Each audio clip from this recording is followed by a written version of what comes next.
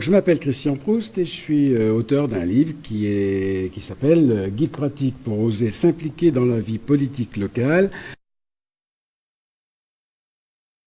D'abord un coup de gueule qui m'a motivé, c'est le résultat des élections législatives. En voyant autant d'abstention, je me suis dit qu'il fallait comprendre cette colère et surtout la combattre.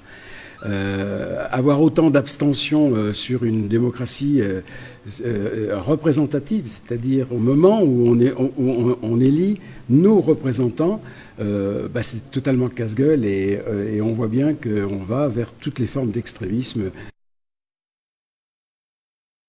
Après le bouquin, je me suis dit qu'il fallait que je fasse plus, il fallait que j'accompagne le livre sur le terrain, rencontrer d'autres listes citoyennes.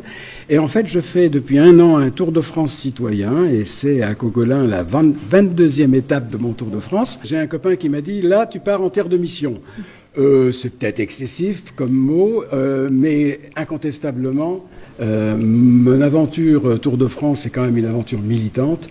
Donc je viens à Cogolin avec sans doute l'envie de convaincre encore plus qu'ailleurs. Karagianis est un des élus de Saillant et c'est mon interlocuteur que j'embête chaque année depuis 3 ans maintenant pour voir l'évolution de ce fameux dispositif de Saillant.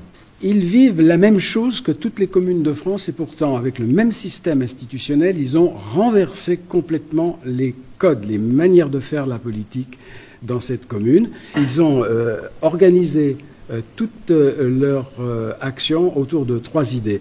Le partage du pouvoir, la transparence et bien sûr la participation de la population. Aujourd'hui, ils considèrent qu'1 tiers de la population participe ou a participé à la vie publique de Saillant depuis les élections 2014.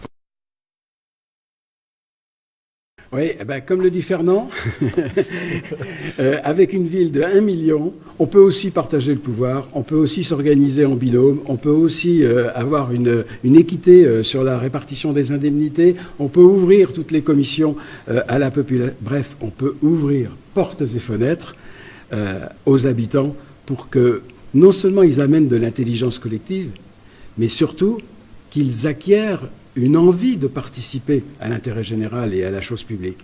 Et c'est ça qui va donner à tous ces gens-là, l'envie de défendre la démocratie. C'est pas facile d'oser s'impliquer, d'oser se mettre sur une liste politique, mais je fais confiance au collectif pour donner la force à chacun de réussir à oser. Et puis j'espère que le livre donne envie de croire encore qu'il est possible de transformer la vie des gens avec la politique locale.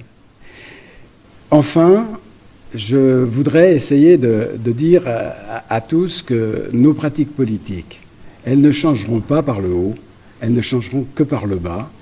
Et ces pratiques politiques-là, il faut arrêter de râler.